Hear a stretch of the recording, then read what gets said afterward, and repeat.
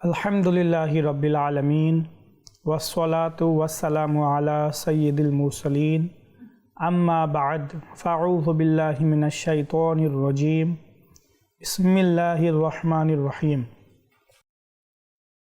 अस्सलातु वस्सलामु अलैका या रसूलल्लाह व अला आलिका व अस्हाबिका या हबीबल्लाह अस्सलातु वस्सलामु अलैका या नबीयल्लाह व अला आलिका व अस्हाबिका या नूर আল্লাহ। মাদানী চ্যানেলের দর্শকবৃন্দ, সূরার ফজিলত ও বিষয়বস্তু অনুষ্ঠানে আপনাদের সকলকে জানাই আন্তরিক শুভেচ্ছা এবং মোবারকবাদ। এই অনুষ্ঠানের মধ্যে আমরা কোরআনে পাকের সূরাসমূহের ফজিলত এবং তার যে বিষয়বস্তু রয়েছে এই সকল বিষয় ব্যাপারে আমরা আলোচনা করব। বিশেষ করে ওই সকল সূরা যার বিশেষ একটা বিষয়বস্তু রয়েছে, একটা উদ্দেশ্য রয়েছে, আমাদের জন্য ইম্পর্টেন্ট মেসেজ রয়েছে, ওই সকল সূরা সম্পর্কেও আলোচনা করব এবং ওই সূরার ফজিলতের ব্যাপারেও আলোচনা শোনার সৌভাগ্য অর্জন করব। তা আসুন প্রথমে প্রিয় নবী সাল্লাল্লাহু আলাইহি ওয়াসাল্লামের উপর দুরূদ শরীফ পাঠ করার একটি ফজিলত শ্রবণ করি। আমাদের নবী করিম সাল্লাল্লাহু তাআলা আলাইহি ওয়া আলিহি ওয়াসাল্লাম ইরশাদ করেন, ইন্নাল্লাহা ওয়াক্কালা বিকবরি মালাকান, নিশ্চয় আল্লাহ পাক একজন ফেরেশতা আমার কবরে নিযুক্ত রেখেছেন, যাকে সকল সৃষ্টির আওয়াজ শোনার শক্তি দান করা হয়েছে। ফালা ইউসাল্লি আলাইয়া আহাদুন ইলা ইয়াউমিল কিয়ামাতি ইল্লা আবলাগনি বিইসমিহি ওয়া ইসমি আবিহি হাযা ফুলান ইবনু ফুলান কদ সাল্লা আলাইক। কিয়ামত পর্যন্ত যে কেউ আমার উপর দুরূদ শরীফ পড়বে তবে সে আমাকে তার এবং তার পিতার নাম পেশ করবে, এভাবে বলবে যে অমুকের পুত্র অমুক আপনার উপর দুরূদ শরীফ পাঠ করেছে। আমাদের উচিত আমরাও যদি চাই যে আমাদের নাম বারবার প্রিয় নবী সাল্লাল্লাহু আলাইহি ওয়াসাল্লামের দরবারে উপস্থাপন করা হোক, প্রিয় নবীর দরবারের যে খাদিম, যে ফেরেশতা, যার কাজ হচ্ছে পৃথিবীর সকল মানুষের দুরূদ শরীফ শ্রবণ করা এবং তার পিতার নাম সহ প্রিয় নবীর কাছে উপস্থাপন করা, তো আমরা যদি চাই যে আমাদের দুরূদ শরীফও সে ফেরেশতা শুনুক এবং শুনে আমাদের পিতার নাম সহ প্রিয় নবীর কাছে উপস্থাপন করুক, তো আমাদের উচিত যত বেশি সম্ভব বেশি করে দুরূদ শরীফ পাঠ করা। সল্লু আলাল হাবিব সাল্লাল্লাহু তাআলা আলা মুহাম্মদ সাল্লাল্লাহু আলাইহি ওয়াসাল্লাম সলাতাহু ওয়া সালামান আলাইকা ইয়া রাসূলুল্লাহ। দর্শক, আজ আমরা কোরআনে পাকের যে সূরার ফজিলত এবং বিষয়বস্তু নিয়ে আলোচনা করব, সে সূরাটি হচ্ছে কোরআনে পাকের সর্বপ্রথম সূরা। জি হ্যাঁ, আমাদের প্রায় সকলেরই এই সূরা ছোটোবেলা থেকে মুখস্থ। ছোটোবেলা থেকেই বাচ্চাদেরকে, শিশুদেরকে সর্বপ্রথম এই সূরাটি মুখস্থ করানো হয় যখন বাচ্চা মক্তবে যায় বা মাদ্রাসায় যায়, এবং আমরা প্রত্যেক নামাজের মধ্যেই এই সূরা তেলাওয়াত করে থাকি। খুব বরকতময় এবং রহমতপূর্ণ একটি সূরা। সূরার নাম হচ্ছে সূরাতুল ফাতিহা। জি হ্যাঁ, আলহামদুলিল্লাহি রব্বিল আলামিন আর রহমানির রহিম মালিকি ইয়াউমিদ্দিন। এভাবে সূরা সম্পূর্ণ সূরা ফাতিহার ফজিলত এবং বিষয়বস্তু সম্পর্কে আজ আমরা আলোচনা শোনার সৌভাগ্য অর্জন করব। দর্শক, সূরা ফাতিহা এমন একটি সূরা যা মক্কাতুল মুকাররমাতে অবতীর্ণ হয়েছে। বেশিরভাগ মুফাসসিরিনে কিরামগণ বলেছেন যে এই সূরা মক্কাতুল মুকাররমাতে অবতীর্ণ হয়েছে। আবার কিছু মুফাসসিরিনে কিরামগণের মতে এই সূরা মদিনাতুল মুনাওয়ারাতে অবতীর্ণ হয়েছে। কিন্তু কিছু মুফাসসিরিনে কিরামগণ আবার এটাও বলেছেন যে তাদের অভিমত যে এই সূরা দুইবার অবতীর্ণ হয়েছে। একবার মক্কাতুল মুকাররমাতে অবতীর্ণ হয়েছে এবং আরেকবার মদিনাতুল মুনাওয়ারাতে অবতীর্ণ হয়েছে। মনে রাখবেন, হিজরতের পূর্বে যে সকল সূরা অবতীর্ণ হয়েছে সে সকল সূরাকে মক্কি সূরা বলা হয়, এবং হিজরতের পরে যে সূরা অবতীর্ণ হয়েছে সে সূরাসমূহকে মদিনী সূরা বলা হয়। তো সূরা ফাতিহা যেহেতু মক্কাতেও অবতীর্ণ হয়েছে, মদিনাতুল মুনাওয়ারাতেও অবতীর্ণ হয়েছে, সেই হিসাবে এটা মক্কি সূরা এবং মদিনী সূরা। সূরা ফাতিহা হচ্ছে ধারাবাহিকতার দিক থেকে কোরআনে পাকের সর্বপ্রথম সূরা।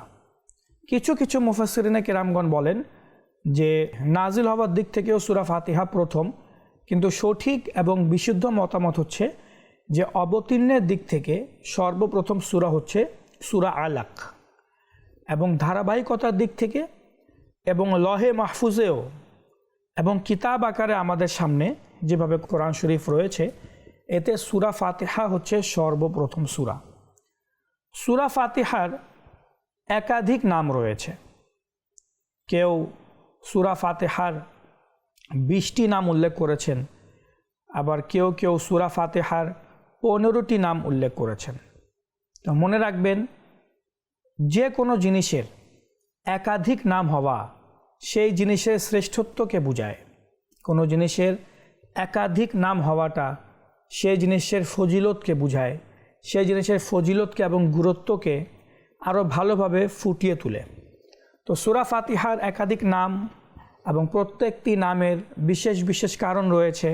কারণের ভিত্তিতেই সূরা ফাতিহাকে বিভিন্ন নামে নামকরণ করা হয়েছে, যার মধ্যে থেকে কয়েকটি ইনশাআল্লাহ এখন আপনাদের সামনে উপস্থাপন করছি যে সূরা ফাতিহাকে কি কি নামে আখ্যায়িত করা হয়। যেমন সূরা ফাতিহা যেহেতু কোরআনে পাকের সর্বপ্রথম সূরা, ধারাবাহিকতার দিক থেকে এবং লহে মাহফুজেও যেহেতু এই সূরাটি সর্বপ্রথম সূরা, তাই সূরা ফাতিহার একটি নাম হচ্ছে ফাতিহাতুল কিতাব। এই সূরাকে ফাতিহাতুল কিতাব বলা হয়, যার অর্থ হচ্ছে এই সূরাটি কিতাবকে সূচনা করার সূরা, কিতাব শুরু করার সূরা। এটা হচ্ছে ফাতিহাতুল কিতাবের অর্থ, যে যার মাধ্যমে, যার দ্বারা কিতাব আরম্ভ হয়, কিতাব শুরু হয়। যেহেতু সূরা ফাতিহার মাধ্যমেই আমাদের কোরআন শরীফ শুরু হয়, সর্বপ্রথম সূরা, তাই এটাকে ফাতিহাতুল কিতাব বলা হয়। এটাই সে সূরা যে সূরার মধ্যে প্রথমেই আল্লাহ রাব্বুল আলামিনের প্রশংসা বয়ান করা হয়েছে। আলহামদুলিল্লাহি রাব্বিল আলামিন, সকল প্রশংসা আল্লাহ রাব্বুল আলামিনের জন্য, আল্লাহর জন্য, যিনি সমস্ত আলামিনের, সমস্ত জাহানের প্রতিপালক। যেহেতু সূরার শুরুতেই আল্লাহ রাব্বুল আলামিনের প্রশংসা করা হয়েছে, তাই এই সূরাকে সূরাতুল হামদ বলা হয়। এই সূরাকে উম্মুল কোরআনও বলা হয়ে থাকে। জি হ্যাঁ, এই সূরা ফাতিহার একটি নাম উম্মুল কোরআন।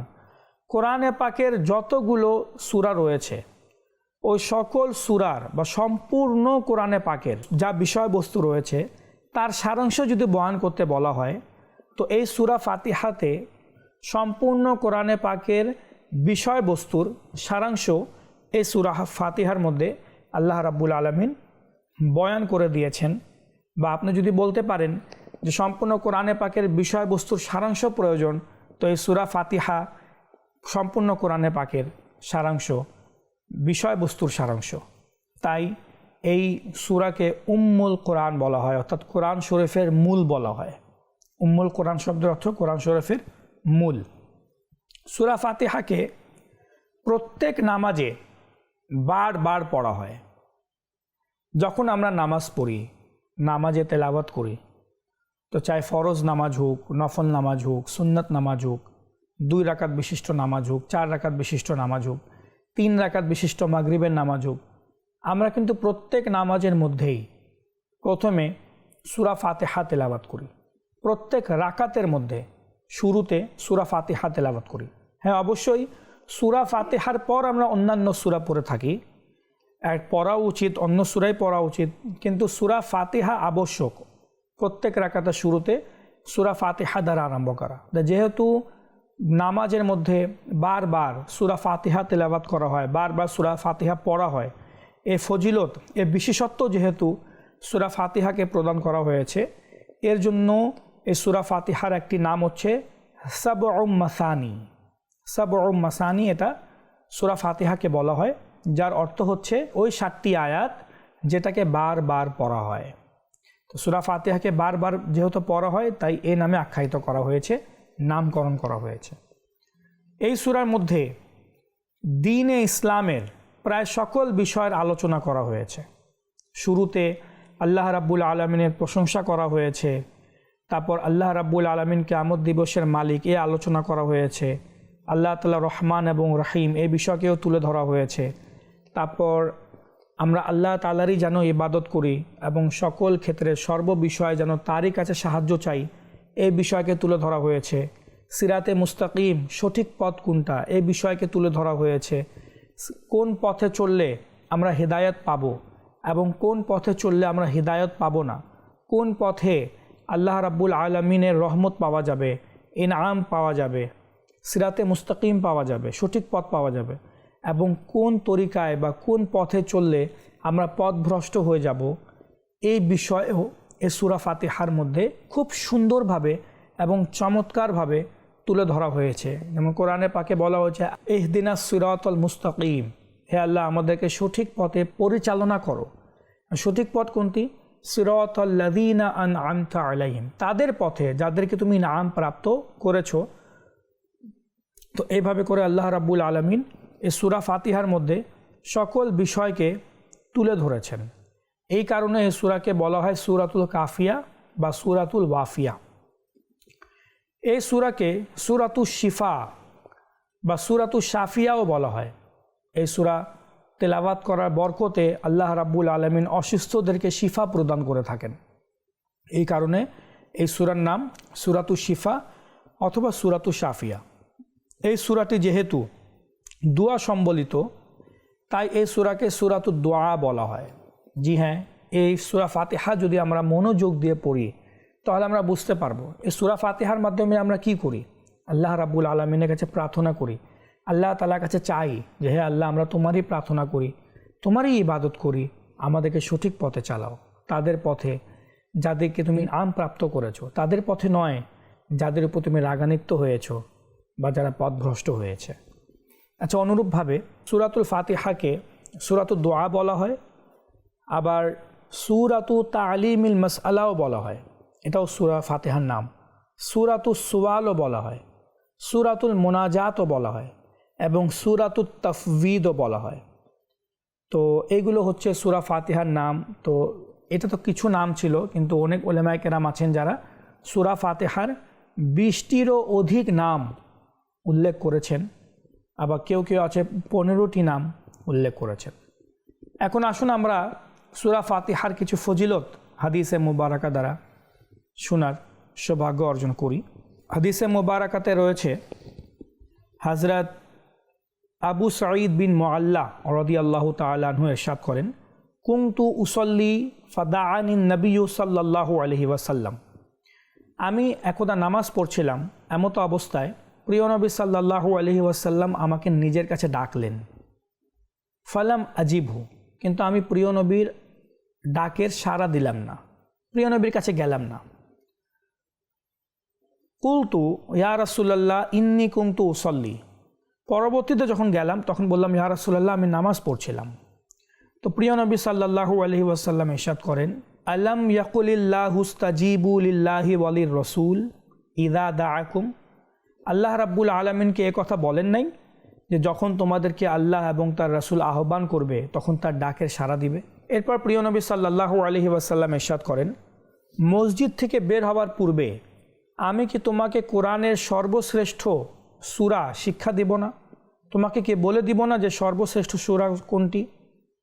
তখন তিনি আমার হাত ধরলেন।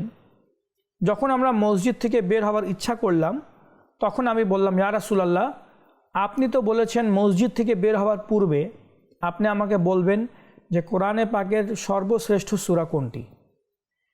তো প্রিয় নবী সাল্লাল্লাহু তাআলা আলাইহি ওয়াসাল্লাম ইরশাদ করেন, আলহামদুলিল্লাহি রাব্বিল আলামিন, অর্থাৎ সূরা ফাতিহা সূরা হিয়া সাবউল মাসানি, ওই 7টি আয়াত যা বারবার পাঠ করা হয়, ওয়াল কুরআনুল আযীম, এবং কোরআনুল আযীম যা আমাকে দেয়া হয়েছে। তো সূরা ফাতিহার ফজিলত এত বেশি, স্বয়ং প্রিয় নবী সাল্লাল্লাহু আলাইহি ওয়াসাল্লাম বলেছেন যে কোরআনে পাকের সর্বশ্রেষ্ঠ সূরা হচ্ছে সূরা ফাতিহা। অনুরূপভাবে মুসলিম শরীফের হাদিসে মুবারাকায় রয়েছে, একদা এক ফেরেশতা অবতীর্ণ হইলেন এবং প্রিয় নবী সাল্লাল্লাহু আলাইহি ওয়াসাল্লামের দরবারে সালাম পেশ করে আরজ করলেন, ইয়া রাসূলুল্লাহ আপনাকে এমন দুইটি নূরের সুসংবাদ, যে দুইটি নূর আল্লাহ রাব্বুল আলামিন আপনাকে ব্যতীত আর অন্য কোনো নবীকে প্রদান করেন নাই। একটি হচ্ছে সূরা ফাতিহা, দ্বিতীয় হচ্ছে সূরা বাকারার শেষ দুইটি আয়াত। আর তিরমিজি শরীফে বর্ণিত হযরত উবাই বিন কাব রাদিয়াল্লাহু তাআলা আনহু বলেন যে প্রিয় নবী সাল্লাল্লাহু আলাইহি ওয়াসাল্লাম ইরশাদ করেছেন, আল্লাহ তাআলা তাওরাত এবং ইনজিলে সূরা ফাতিহার মতো কোনো সূরা নাজিল করেননি। এমন ফজিলতপূর্ণ সূরা যে অন্য কোনো কিতাবে অবতীর্ণ করেননি। এছাড়া সুনানে দারিমির মধ্যে রয়েছে, প্রিয় নবী সাল্লাল্লাহু তাআলা আলাইহি ওয়াসাল্লাম ইরশাদ করেন যে সূরা ফাতিহা সকল রোগের ওষুধ। এই সূরার এক নাম শাফিয়া এবং আরেক নাম সূরাতুশ শিফা। এই জন্য এটা প্রত্যেক রোগের জন্য শেফা। আলহামদুলিল্লাহ, প্রিয় নবী সাল্লাল্লাহু আলাইহি ওয়াসাল্লাম স্বয়ং নিজে বলেছেন যে এই সূরা ফাতিহা সকল রোগের ঔষধ। আর জান্নাতি জেবার কিতাবের মধ্যে এর একটি সূরা ফাতিহার সাথে একটি ওজিফা রয়েছে, যে ব্যক্তি 100 বার সূরা ফাতিহা পাঠ করে দোয়া করবে তো আল্লাহ রাব্বুল আলামিন তার দোয়া কবুল করবেন। যার দোয়া কবুল হয় না বা অনেক মনের একটা ইচ্ছা আছে যে আল্লাহ তাআলা যেন সে আশা, সেই ইচ্ছা যেন পূরণ করে, একটা স্বপ্ন আছে যে স্বপ্নের জন্য অপেক্ষামান যে কখন তা পূরণ হবে, তো তাদের জন্য এই ওজিফা যে 100 বার সূরা ফাতিহা পাঠ করে দোয়া করুন, ইনশাআল্লাহ তাআলা আল্লাহ রাব্বুল আলামিন আপনার সেই দোয়া অবশ্যই কবুল করবেন। দর্শক, তাই আমাদের উচিত বেশি বেশি করে সূরা ফাতিহার তেলাওয়াত করা। আল্লাহ রাব্বুল আলামিন এই সূরাতে খুব সুন্দর সুন্দর এবং চমৎকার কথা বলেছেন। আমরা সূরা ফাতিহাকে কেন একাধিক নামে আখ্যায়িত করা হয়েছে সেগুলো শুনলাম এবং সূরা ফাতিহার ফজিলত শুনলাম। এখন একটি হাদিসে কুদসি শুনি, যে হাদিসে কুদসিতে প্রিয় নবী সাল্লাল্লাহু তাআলা আলাইহি ওয়াসাল্লাম ইরশাদ করেন যে আল্লাহ রাব্বুল আলামিন বলেছেন, আমি এই সূরা ফাতিহাকে আমার এবং আমার বান্দাদের মধ্যে বন্টন করে নিয়েছি। অর্থাৎ এই সূরা ফাতিহাকে আমি 2 ভাগে ভাগ করেছি। এক ভাগ আমি আমার জন্য রেখেছি এবং এক ভাগ আমি আমার বান্দাদের জন্য রেখেছি। তো দেখুন, আমরা যদি এই সূরা ফাতিহা তেলাওয়াত করি তাহলে বুঝতে পারবো যে এক ভাগ সূরার রয়েছে, অর্ধেক সূরা রয়েছে আল্লাহ তাআলার জন্য এবং অর্ধেক রয়েছে আমাদের জন্য, বান্দাদের জন্য। এটা যদি আমরা দেখি যে আলহামদুলিল্লাহি রাব্বিল আলামিন, সকল প্রশংসা, সকল তারিফ আল্লাহ রাব্বুল আলামিনের জন্য, আল্লাহর জন্য, যিনি সমস্ত জাহানের পালনকর্তা। এখানে আল্লাহ রাব্বুল আলামিনের প্রশংসা বয়ান করা হয়েছে। আর রহমানির রহিম, মহান আল্লাহ রাব্বুল আলামিন দয়ালু এবং দয়াময়, এই কথা আলোচনা করা হয়েছে। মালিকি ইয়াউমিদ্দিন, এবং তিনি কিয়ামত দিবসের মালিক, এই কথাকেও আলোচনা করা হয়েছে। ইয়াকা না'বুদু ওয়া ইয়াকা নাস্তাঈন, হে আল্লাহ, আমরা শুধু তোমারই ইবাদত করি এবং তোমার কাছেই সাহায্য চাই। ইবাদতের কথাও বলা হয়েছে, আল্লাহ রাব্বুল আলামিনের কাছে সাহায্য প্রার্থনা করার কথাও বলা হয়েছে, দুয়ার কথাও বলা হয়েছে, প্রশংসাও করা হয়েছে। আল্লাহ তাআলা দয়ালু, এ কথাও বলা হয়েছে। তিনি কিয়ামত দিবসের মালিক, এ কথাও বলা হয়েছে। তার ইবাদত করব, তারই কাছে সাহায্য চাব, ইবাদত এবং সাহায্যের কথাও বলা হয়েছে। এরপর বান্দাদের পক্ষ থেকে দোয়া চাওয়া হচ্ছে, ইহদিনাস সিরাতাল মুস্তাকিম। বান্দা যেন এভাবে আল্লাহ তাআলার কাছে দোয়া করে, হে আল্লাহ, আমাকে সিরাতে মুস্তাকিমের পথে চালাও, আমাকে সঠিক পথে চালাও, সিরাতে মুস্তাকিমের উপর অটল রাখো। আর সিরাতে মুস্তাকিম কি, এটা আল্লাহ রাব্বুল আলামিন ইরশাদ করছেন, সিরাতাল্লাযীনা আন'আমতা আলাইহিম, তাদের পথে যাদেরকে তুমি ইনআম প্রাপ্ত করেছো, যাদেরকে তুমি তোমার নেয়ামত দিয়েছো। আন'আমতা আলাইহিম গায়রিল মাগদুবি আলাইহিম ওয়ালাদ-দাল্লিন, তাদের পথে নয় যাদের উপর তুমি রাগান্বিত হয়েছো বা যারা পথভ্রষ্ট হয়েছে। তো এখানে হেদায়েতের কথা, সঠিক পথের কথা, রং পথের কথা, কোনটা রাইট কোনটা রং, এই বিষয়কে তুলে ধরা হয়েছে। যাদেরকে আল্লাহ রাব্বুল আলামিন ইনআম প্রাপ্ত করেছেন তাদেরকে অনুসরণ এবং ফলো করার কথা বলা হয়েছে, এবং যাদের উপর আল্লাহ তাআলা নারাজ তাদের থেকে বাঁচতে বলা হয়েছে, তাদের থেকে বিরত থাকতে বলা হয়েছে। যারা পথভ্রষ্ট হয়েছে, আমরা দেখি আমরা কোন পথে চলতেছি। আমরা কি আল্লাহ তাআলার ইনআম প্রাপ্ত বান্দাদের পথে চলতেছি, নাকি যারা পথভ্রষ্ট, যাদের উপর আল্লাহ তাআলা নারাজ? আল্লাহ তাআলা কাদের থেকে নারাজ হন? যারা আল্লাহ তাআলার নাফরমানি করে, যারা হারাম কাজ করে, যারা নিজের জীবনকে পরিচালনা করার সময় দেখে না যে আমি কোন পথে চলতেছি, আমি কি ভালো কাজ করতেছি না খারাপ কাজ করতেছি, এই বিষয়ের যারা তাওয়াক্কা করে না, তারা পথভ্রষ্ট। যাদের অন্তরে আল্লাহ তাআলার ভয় নাই, যারা হারাম উপার্জন করে, হারাম খায়, নামাজ কাজা করে, ফরজ ইবাদত করে না, যেগুলা কাজ থেকে আল্লাহ তাআলা বিরত থাকতে বলেছেন, প্রিয় নবীর দিক নির্দেশনা রয়েছে, যেগুলো কাজ থেকে বাঁচতে বলা হয়েছে সেগুলো কাজ থেকে বাঁচে না, আর যে কাজ করার কথা বলা হয়েছে সে কাজ করে না, তারা পথভ্রষ্ট এবং আল্লাহ তাআলা তাদের উপর নারাজ। তো আমরা দেখি আমরা কাদের পথে চলছি? আমরা কি ওই সকল বান্দাদের পথে চলছি, তাদেরকে ফলো করছি, খারাপ অসৎ মানুষদের সাথে আছি, নাকি নেককার বান্দাদের সাথে আছি? সিরাতাল্লাযীনা আনআমতা আলাইহিম, তাদের পথে যাদেরকে তুমি ইনআম প্রাপ্ত করেছো। প্রশ্ন হচ্ছে আল্লাহ রাব্বুল আলামিন কাদেরকে ইনআম প্রাপ্ত করেছে? এই প্রশ্ন তো অবশ্যই অন্তরে জাগ্রত হয়। তো এটার উত্তর আল্লাহ রাব্বুল আলামিন সূরাতুন নিসার 69 নম্বর আয়াতে, 69 নম্বর আয়াতে মুবারাকাতে ইরশাদ করেন, বিসমিল্লাহির রহমানির রহিম, ওয়া মান ইউতিইল্লাহা ওয়ার রাসূলা ফাউলাইকা মাআল্লাযীনা আনআমা আল্লাহু আলাইহিম মিনান নাবিয়্যিন ওয়াস সিদ্দীকিন ওয়াশ শুহাদাই ওয়াস সালিহিন ওয়া হাসুনা উলাইকা রফিকা। আল্লাহ রাব্বুল আলামিনের ইনআম প্রাপ্ত বান্দা কারা? মিনান নাবিয়্যিন, নবী রাসূলগণ, ওয়াস সিদ্দীকিন, সিদ্দিকগণ, এরা হচ্ছে আল্লাহ রাব্বুল আলামিনের ইনআম প্রাপ্ত বান্দা। ওয়াশ শুহাদাই, শহীদগণ, যারা আল্লাহ তাআলার রাস্তায় নিজের জীবনকে উৎসর্গ করে দেয়। ওয়াস সালিহিন, এবং নেককার বান্দাগণ। তো আমরা অনুসরণ কাদেরকে করব? আল্লাহ তাআলার নবী রাসূলদের অনুসরণ করব। আল্লাহ তাআলার অলিয়ায়ে কামিলিন, সিদ্দিকিন বলা হয় অলিয়ায়ে কামিলিনদেরকে, যারা উঁচু লেভেলের অলিয়ায়ে কামিলিন, তাদেরকে আমরা অনুসরণ করব। শহীদদেরকে আমরা অনুসরণ করব। আমরা নেককার বান্দাদের অনুসরণ করব। তো এই আয়াতে মুবারাকাতে এই কথা বলা হয়েছে, সিরাতাল্লাযীনা আনআমতা আলাইহিম, কে আল্লাহ যাদেরকে তুমি নাম প্রাপ্ত করেছো আমাদেরকে তাদের পথে চালাও। তো দর্শকবৃন্দ, এই সূরাকে আরেকটা নাম দ্বারা আখ্যায়িত করা হয়, যার নাম হচ্ছে সূরাতুস সলাত। এই সূরাকে সূরাতুস সলাতও বলা হয়, কারণ প্রত্যেক নামাজের মধ্যেই এই সূরা ফাতিহা বারবার যেহেতু তেলাওয়াত করা হয়, এজন্য থেকে সূরাতুস সলাত বলা হয়। প্রত্যেক নামাজের রাকাতেই এটা পড়তেই হয়। যেমন কেউ যদি প্রত্যেক রাকাতের মধ্যে যদি মনে করেন 2 রাকাত বিশিষ্ট বা 4 রাকাত বিশিষ্ট কোনো নামাজের প্রত্যেক রাকাতের মধ্যে কেউ যদি সূরা ফাতিহার পর একই সূরা বারবার তেলাওয়াত করে, উদাহরণস্বরূপ সূরা ইখলাসই বারবার তেলাওয়াত করছে, এটা মাকরুহে তানজিহি। হ্যাঁ, এটা কিন্তু ফরজ নামাজের ক্ষেত্রে। আবার নফল নামাজের ক্ষেত্রে কিন্তু এই হুকুম নাই। নফল নামাজের ক্ষেত্রে কেউ যদি সূরা ফাতিহার পর একই সূরা বারবার পড়ে তাহলে এতে কোনো সমস্যা নেই। কিন্তু সূরা ফাতিহার শ্রেষ্ঠত্ব দেখুন, সূরা ফাতিহার শান দেখুন, চাই ফরজ নামাজ হোক বা নফল নামাজ হোক, সুন্নত নামাজ হোক, ওয়াজিব নামাজ হোক, প্রত্যেক নামাজের মধ্যেই প্রত্যেক রাকাতে সূরা ফাতিহা প্রথমেই পড়তে হয়।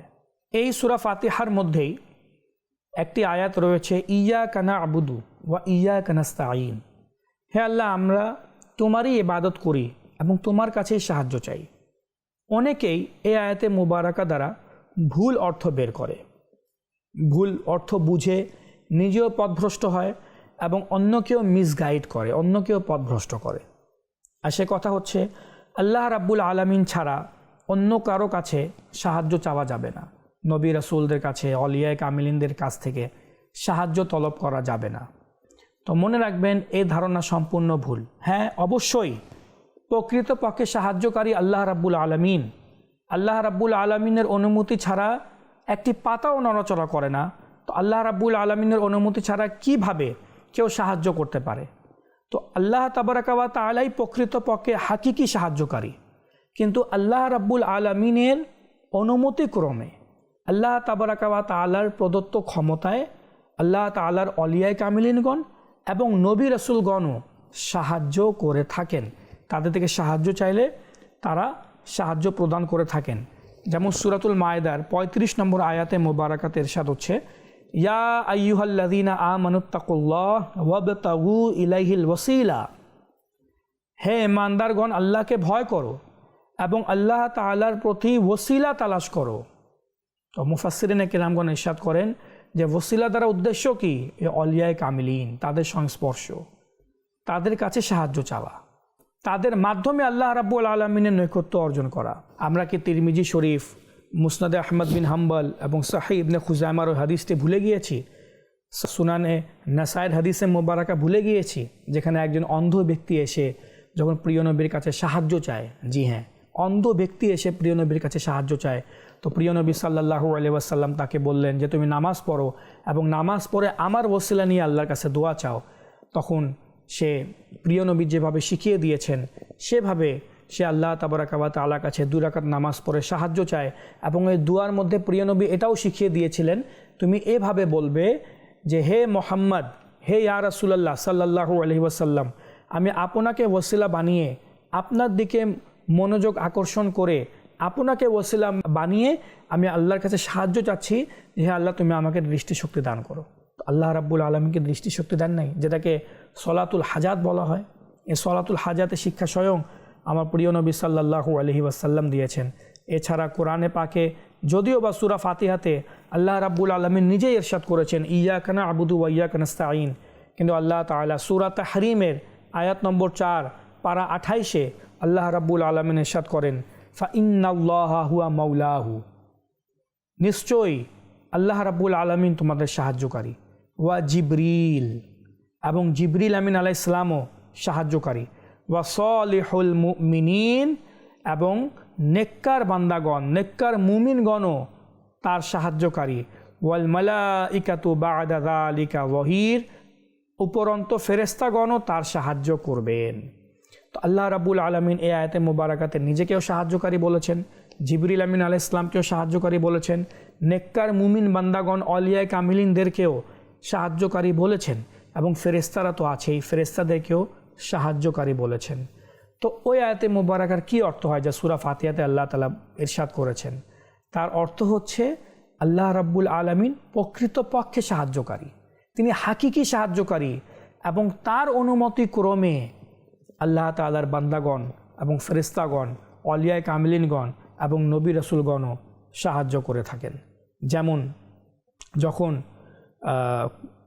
ঈসা আলাইহিস সালামের কথা আল্লাহ রাব্বুল আলামিন কোরআনে পাকে উল্লেখ করেছেন, ক্বালা ঈসা ইবনু মারইয়ামা লিল হাওয়ারিয়িনা মান আনসারি ইলাল্লাহ ক্বালাল হাওয়ারিয়ুনা নাহনু আনসারুল্লাহ, অর্থাৎ ঈসা ইবনে মারইয়াম আলাইহিস সালাম নিজের হাওয়ারিদের, সাহাবীদেরকে বললেন, মান আনসারি ইলাল্লাহ, কারা আছো যারা আল্লাহর পক্ষ থেকে হয়ে আমার সাহায্য করবে, যারা আল্লাহর পক্ষ থেকে হয়ে আমাকে সাহায্য করবে। ক্বালাল হাওয়ারিয়ুনা, তখন ঈসা আলাইহিস সালামের সাহাবীরা বললেন, নাহনু আনসারুল্লাহ, আমরাই হলাম আল্লাহর দ্বীনের সাহায্যকারী। এই আয়াতে মোবারকাতেও ঈসা আলাইহিস সালাম এবং তার সাহাবীদের মধ্যে কিভাবে কথোপকথন হচ্ছে। ঈসা আলাইহিস সালাম নিজের সাহাবীদের কাছ থেকে সাহায্য চাইলেন যে কে আছো যে আল্লাহর দ্বীনের সাহায্য করবে, তখন তারা বলল আমরা আল্লাহর দ্বীনকে সাহায্য করব। তো এ দ্বারা বোঝা গেল যে আল্লাহ রাব্বুল আলামিন তার অনুমতি ক্রমে অলিয়ায়ে কামিলিনগণ, তার নেককার বান্দাগণ মুসলমানদের সাহায্য করে থাকেন, তাদের কাছেও সাহায্য চাওয়া জায়েজ রয়েছে। কিন্তু আকীদা এটাই যে প্রকৃতপক্ষে সাহায্যকারী হচ্ছেন মহান আল্লাহ রাব্বুল আলামিন। তো দর্শক, এই সূরা ফাতিহা খুব সুন্দর, চমৎকার এবং শ্রেষ্ঠত্বমূলক একটি সূরা, যার ফজিলত কোরআনে পাকের মধ্যে সবচেয়ে বেশি। আজ আমরা সূরা ফাতিহার বিভিন্ন নাম, একাধিক নাম শুনলাম, এর ফজিলত শুনলাম, এর সংক্ষিপ্ত বিষয়বস্তু শোনার সৌভাগ্য অর্জন করলাম। আল্লাহ রাব্বুল আলামিন আমরা যা শুনেছি তা স্মরণ রাখার এবং অপরের নিকটে তা পৌঁছানোর তৌফিক দান করুক। আমিন। বিজাহিন নবিয়্যিল আমিন সাল্লাল্লাহু তাআলা আলাইহি ওয়া আলিহি ওয়াসাল্লাম। সল্লু আলাল হাবিব সাল্লাল্লাহু তাআলা আলা মুহাম্মদ সাল্লাল্লাহু আলাইহি ওয়াসাল্লাম।